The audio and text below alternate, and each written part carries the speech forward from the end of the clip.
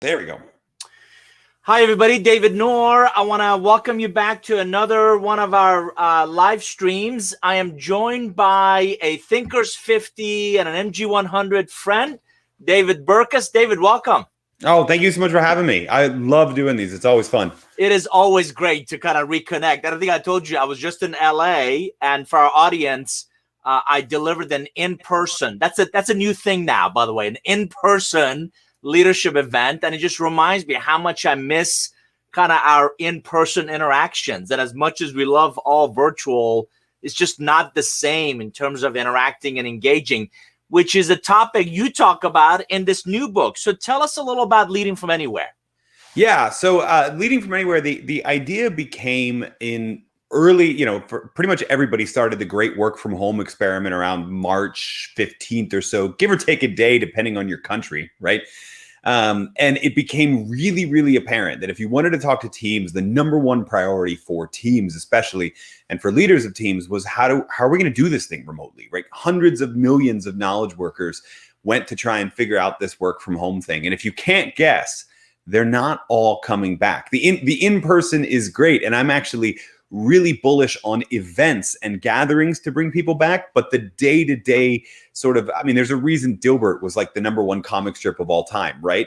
We're not going back to that. And so my big thesis in the book is that leaders everywhere need to figure out how to lead remote teams, because they need to be considering their team remote from now on. It doesn't matter how remote, they're all remote from now on. And so leaders need the skill to lead from anywhere as their people work from just about everywhere. And you and I talked about this. I've got several clients that are not renewing their office building leases because they figured out we all can be really productive working remotely. And a lot of these people don't need to come back. So your supposition is this COVID, this global pandemic really accelerated a trend that was kind of there, but it was maybe a nice to have, or we'll eventually get to it. It became front and center for everybody.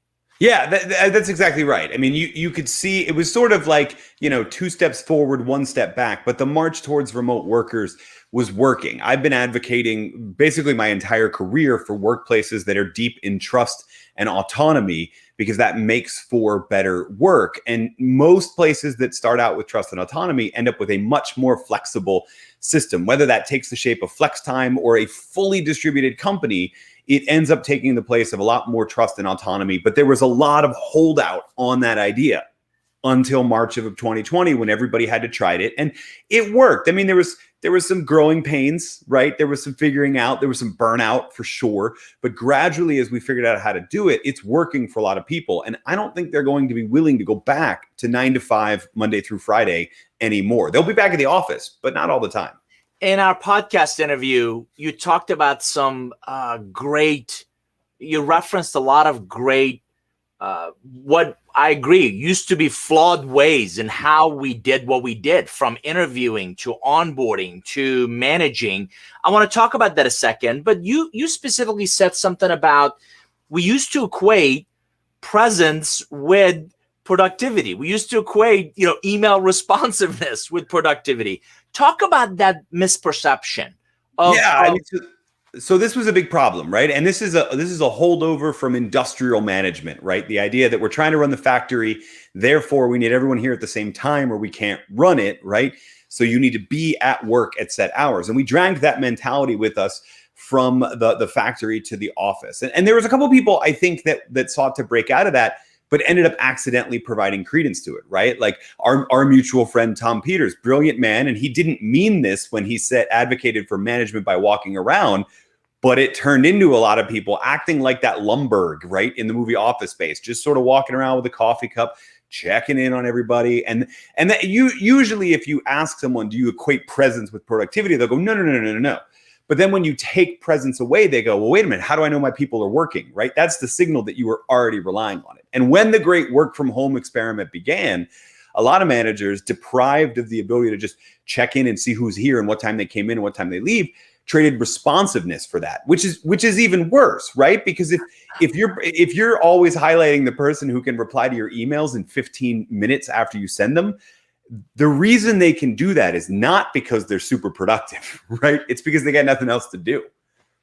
And again, it also highlights, a couple of things you brought up, that this idea of working from anywhere, for example, elevates the need for us to collaborate. You actually have to collaborate more, not less. So, and that autonomy and trust does not mean, and you don't believe in some of this almost like spyware technology that some companies are deploying to see if their people are working. Yeah, I mean, I'll split hairs here. There is a place for that technology. It's usually if you're still holding on to ideas of compensating employees hourly, you want to make sure that they're actually working the hours they say they're working, and that sort of thing. But for most people, if they're salaried or if they're being paid on a project basis, if they're being paid to deliver something, not just to be there, then there is no need for that software. And the data shows that, okay, you get productivity gains from people always feeling watched, but you also get increases in burnout. You get decreases in organizational citizenship behaviors, which is a fancy term for people wanting to pitch in more than they're required to do. So why you would invest in that is beyond me, except for that very, very narrow case. But we saw it. We saw an explosion in those companies around April or May of last year as people tried to do it rather than do the work of setting out objectives on a much more frequent basis, like every week or 2 weeks, of having regular check-ins with the whole team so that you end up monitoring people anyway, but you do it in a spirit of collaboration and not just monitoring. So let's take each of the sections that managers have to do, and they have to kind of manage in leading remote teams. Let's take them apart for a second. Let's start with hiring. Talk about 2-3 things you deeply believe in philosophically, and you talk about in the book that we have to do hiring differently in this work from anywhere environment. Yeah, well, I mean, the way we were hiring people was broken even before the work from environment. It was, I always used to jokingly liken it to like speed dating, right? That we would go on a couple dates with this person, 2 or 3 hour-long interviews, and then we'd make a life-altering decision, right? To spend 40 hours a week for 5+ years with them. It never really worked out, right? And so already there was a need to incorporate a lot of different ways to sample their work, to get to know how they fit on the team, et cetera. And that becomes more important in a remote environment. The big thing I'll tell everybody, because a lot of people listening is like, great, but I'm not in charge of HR. I can't change all of that. So here's what I would tell you is the big thing. Figure out that you are going to be communicating with people that you hire in multiple different mediums. You're going to be on video calls, right? But you're also going to be on phone calls. You're going to be communicating a lot via text. And make sure you have systems in place that allow you to compare all of that, right? Maybe do an entire interview. Maybe send them 5 questions and ask for like, hey, in 300 words, can you answer this, right? Maybe mix it up and jump on a singular one-to-one audio call. And then also second round interview is a video call with the whole team, right? To simulate how they'll be in a meeting. We need to get that whole picture of how they're going to collaborate across all of these mediums, because they are going to do it. And whether or not they can do it and fit in with the way the team uses these tools matters a ton. You also commented that you really are looking for, through these video and audio interactions, you're looking for strong communication. You're looking for strong collaboration. You're looking for if they're self-motivated. Are they able to work autonomously, and are they going to fit in our culture? Yeah, I mean, that last one sort of feels like the redundant one, right? That people who can get self-motivated and work when no one's watching work harder when no one's watching. The problem is that you used to be able to use other jobs as a proxy for that, right? So when a minority of companies were fully dispersed, or when a minority of roles inside a company were work from home, you could use past history of working from home as kind of an indicator of whether or not this person succeeded, right? The only remote job you ever did was 6 months long. Not a good sign, right? Shows you may not have cut it. Now everybody has 9 months of accidental experience working remotely. And so we have to look at a couple other things. So I'm a big fan of asking questions around hobbies and habits, right? If somebody's training for a triathlon, that's a pretty good indication that they're self-motivated, right? Or you can ask questions about how they structured their day in their last job to get a good idea for it, right? If you haven't figured it out, I'm sure you've learned this in the last 9 months to a year. The first thing you had to do is figure out how you're going to run your day. And if somebody hasn't figured out how they're going to run their day when they're working from home 12 months into this experiment, it's a pretty good indicator that they're not actually all that self-motivated.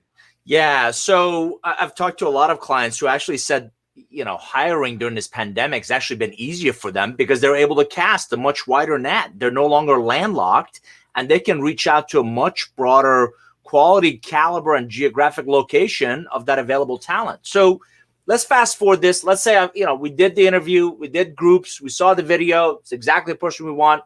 We offer them the job and we onboard them. Talk about onboarding and how do we do onboarding differently when they're physically not coming into the office and I can't hand them a whole bunch of HR or legal forms. Yeah, well, I'm not sure that was something that worked all that well either, sort of like the interview process, right? The thing that we know, even BC, before Corona, the thing that we knew about onboarding is that from a ton of different research is that it works best if we prioritize connection over documentation, right? That means that onboarding is not everybody who was hired in the last 4 weeks goes to a 3-day primary training where people talk PowerPoint decks at them, right? It means we take the time to deliver different pieces of content. And I think and prioritize that they're meeting different people on the team. And I think this is the big opportunity in remote is that you're not doing that anymore. There's some companies that are going to do, okay, all of the training's pre-recorded, or here's the PDF of that manual we used to hand you. But smart remote leaders are taking the time to say, okay, I've got a call scheduled at 10 a.m.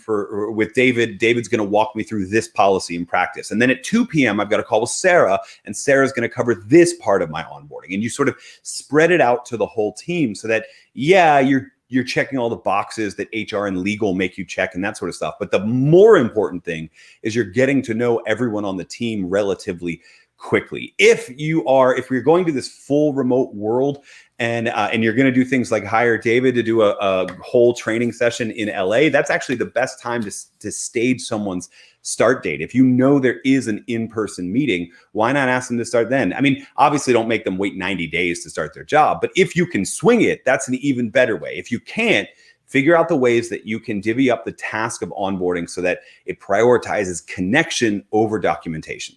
I've always struggled with, we teach them about the products, we teach them about the company, we teach them about the competitors in the space, nothing about the relationships they need inside or outside the organization to succeed. So that's another example of your connection over documentation approach. Let's switch to now managing. So I've found a great candidate, I've onboarded them. Talk to me about how, are there some nuances of how I manage differently when it comes to remote teams?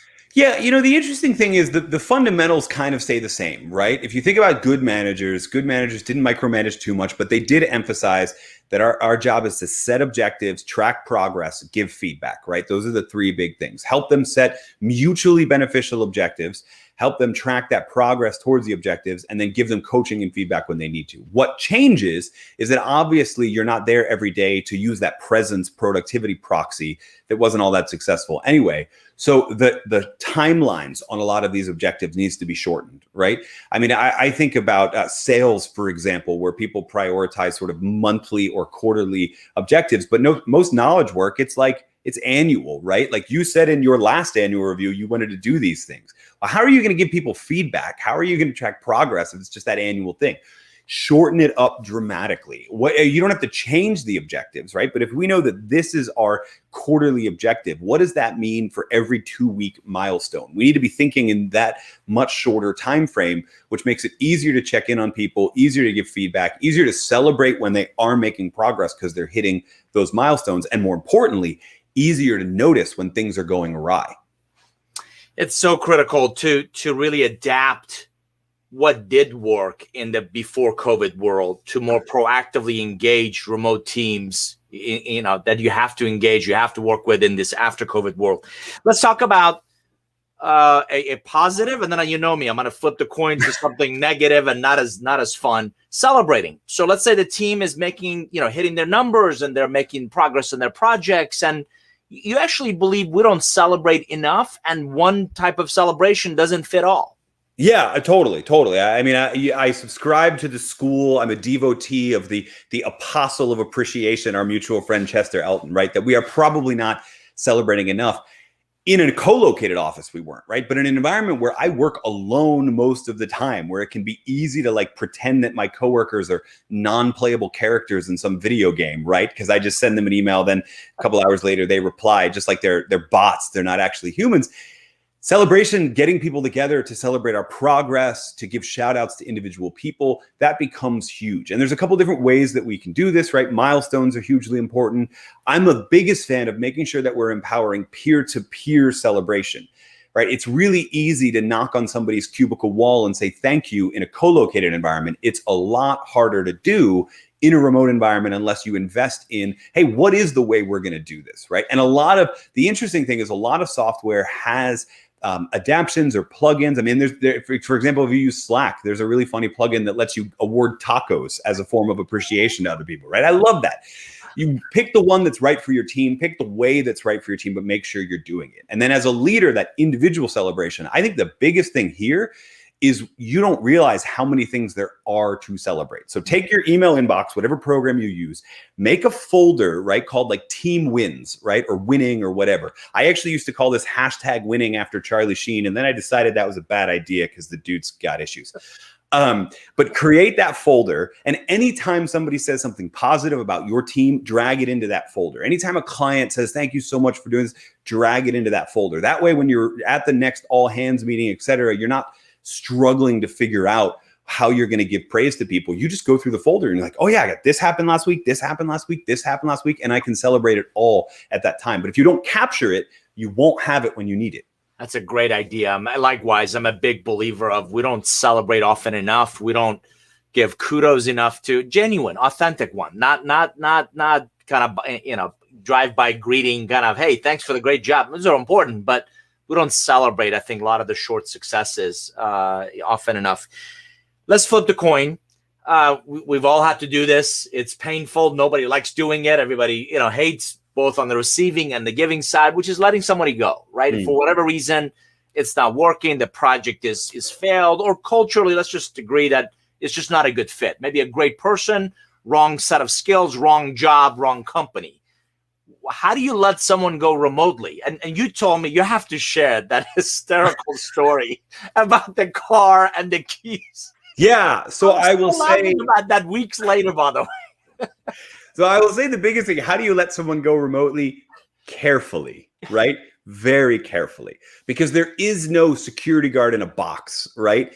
And there is no HR representative who's there to call them into the office sort of with you, right? They should be there on the video call. I actually think this is a huge mistake, right? A lot of places are like, oh, we don't need to do that part anymore because we can record every Zoom call. So then we just have that. No, it's still a good idea to have somebody from HR or legal there, because you're going to forget a couple things, right? Yeah. And they're going to be the ones that are actually going to be able to speak up then and remember, right? Give yourself grace on that, by the way. Firing sucks. And so it's okay to be bad at it, right? And it's okay to lean on HR or legal for that. But I will say very, very carefully and very, very explicitly, right? Because this may be your last official interaction with that person, and you don't want it to go awry. And the story that I told David in the podcast is, my first job out of college, actually, I worked remotely. We didn't call it that at the time. We just called it outside sales. But every outside sales rep was actually a remote worker. I worked out of my house. My boss lived 90 minutes away. And he told me this story about how he learned to fire very, very carefully, which is in the industry, you have a company laptop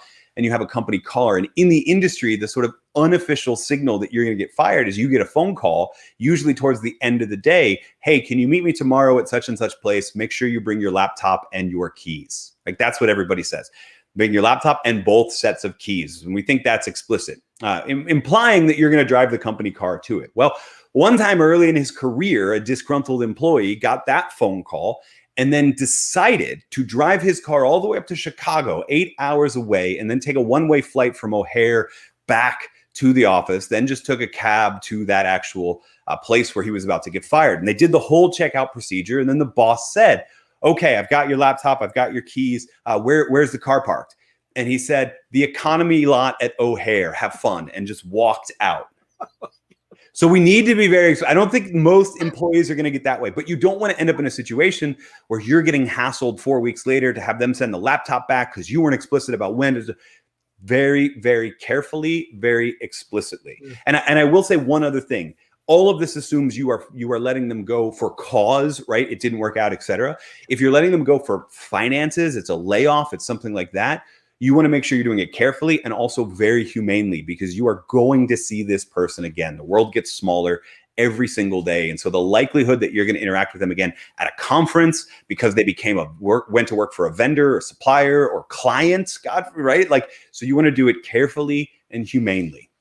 I'm a big believer of take the high road, right? It's just the view is much nicer from there, and just you know, I don't think anybody wakes up or anybody joins an entity deciding that it's not gonna work, it's gonna fail. So just take the high road and yes, make that painful process hopefully as least painful as possible. Burkus, just like you on the podcast, you've been delightful on this video stream.